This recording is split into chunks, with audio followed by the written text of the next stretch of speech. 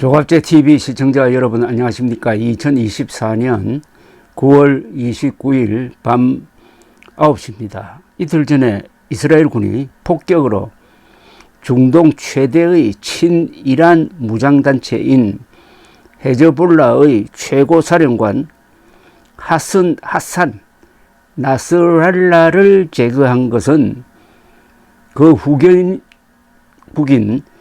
이란의 뺨을 때리는 듯한 타격인데도 이란의 대응이 아주 조심스럽습니다. 이란 최고 지도자 하메네이는 동지의 죽음에 큰 충격을 받았다고 하는데 대외적 성명은 차분하고 실용적입니다. 이스라엘을 직설적으로 공격하지 않습니다. 나스랄라를 애도하면서 그를 미국과 이스라엘에 대한 이슬람 세계의 저항의 축 지도자로 칭송하고 헤즈볼라와 이란이 영원히 함께 할 것이라는 다짐이 주된 내용입니다. 복수를 하겠다든지 응징하겠다는 말이 없어요. 이스라엘의 전방위 공격에 시달리는 헤즈볼라를 위하여 이란이 어떻게 행동할 것이라는 이야기도 없고, 이 지역의 운명을 결정하는 것은 저항 세력이고 그 선두에 헤즈볼라가 있다고 했습니다. 그러니까 이스라엘군에 대한 저항은 기본적으로 헤즈볼라의 책임이라는 뉘앙스를 풍기면서 이란은 거기에 말려들지 않겠다는 해석으로 들립니다. 뉴욕타임스는 이란 국가 지도부 안에서 이스라엘에 대한 대응 수준을 놓고 이견이 있었지만 하메네이는 현실적 온건론을 선택한 것이라고 보도를 했습니다. 한 중동 전문가는 하메네이의 조심스러운 태도는 상황의 중대성을 암시하는 것으로서 그는 실천할 수 없는 약속은 하지 않으려 한다고 분석을 했습니다. 하메네이의 부하들도 비슷한 방향의 논평을 내고 있는데 혁명수비대 사령관 살라미는 이스라엘을 때릴 세력은 헤즈볼라, 하마스 그리고 팔레스타인 무장단체라고 강조를 했어요. 이란이 왜 이렇게 갑자기 약하게 나오느냐 하면은 뭔가 이스라엘을 겁내는 것 같은 그런 느낌입니다. 로이터 통신은 나스랄라가 죽은 직후 하메네이가 안전구역으로 옮겼다고 보도한 바가 있습니다. 이란 국가 지도부는 언제 이스라엘의 암살 작전의 표적이 될지 모른다고 전전긍긍하는 것 같아요. 이란이 이스라엘과의 정면 대결을 피하는 이유는 군사적 타격력에서 크게 미치지 못하기 때문입니다. 이란은 이스라엘이 가진 핵무력과 정보력과 암살이나 참수작전 능력이 없거나 약합니다. 정규전으로 당할 수가 없으니까 친이란 무장단체들을 조종하여 비정규전으로 테러라든지 게릴라라든지 이런 걸로 지금 대응하겠다는 겁니다. 이란은 작년 이스라엘과 사우디의 관계 정상화가 임박하자 이란 세력이 중동에서 고립될 것을 우려하여 하마스와 헤즈볼라를 시켜서 이스라엘을 쳤습니다. 이에 격분한 네타냐후 정부가 가자 지역을 쑥대밭으로 만들고 하마스를 괴멸 직전까지 몰고 갔습니다. 하마스 병력의 약 90%가 무력화되었습니다. 이제 한숨 돌린 이스라엘 군은 헤즈볼라 문제의 본격적 해결에 나선 것으로 보입니다.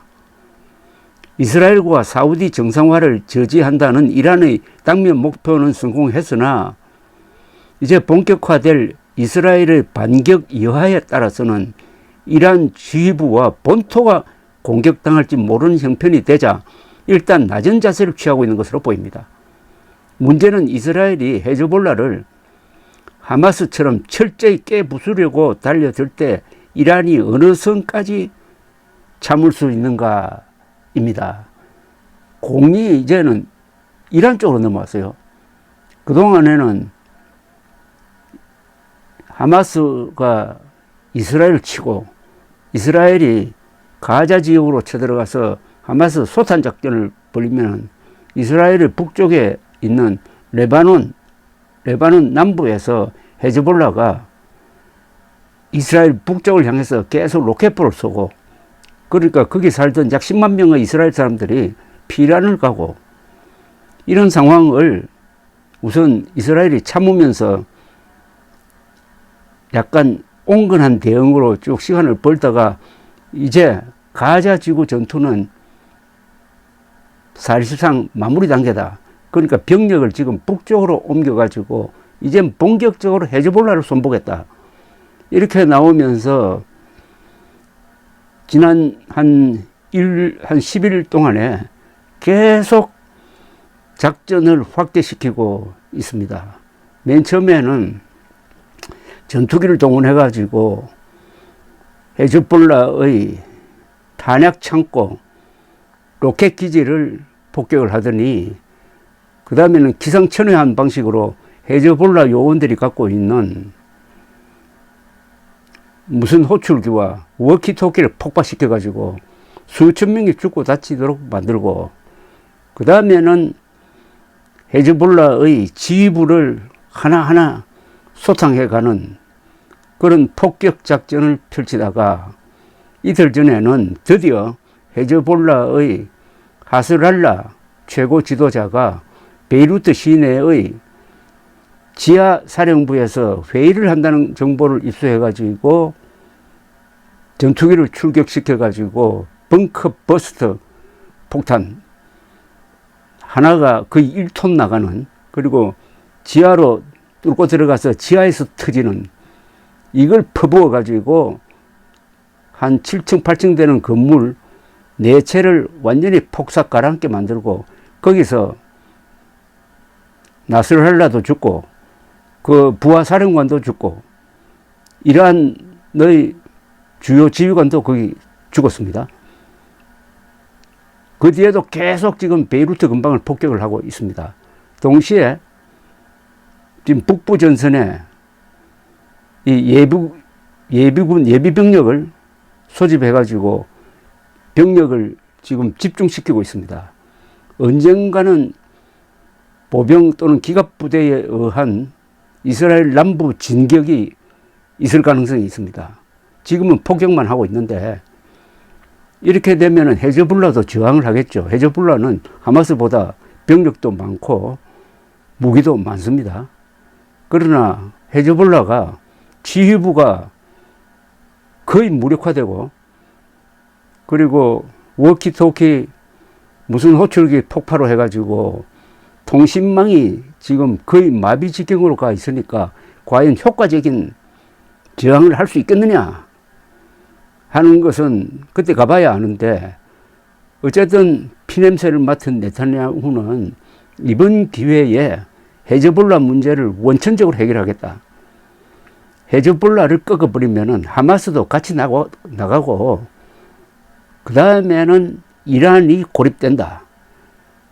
그런 분위기를 연장시켜서 온건한 사우디와 관계 정상화를 해가지고 중동에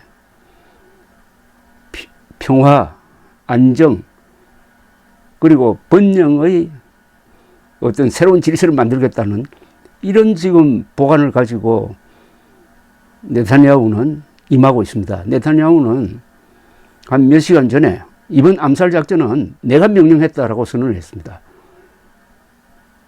암살 작전은 일종의 복수였다. 즉 헤즈볼라에 의해서 죽은 수많은 이스라엘 사람, 미군들, 그리고 프랑스인들의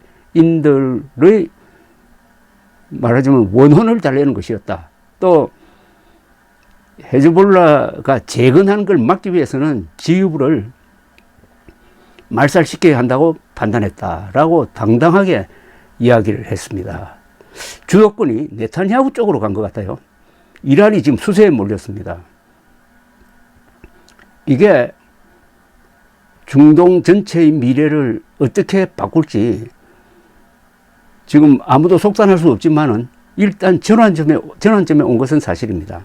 그런데 이스라엘은 안보 문제에 관한 한 여야가 없습니다.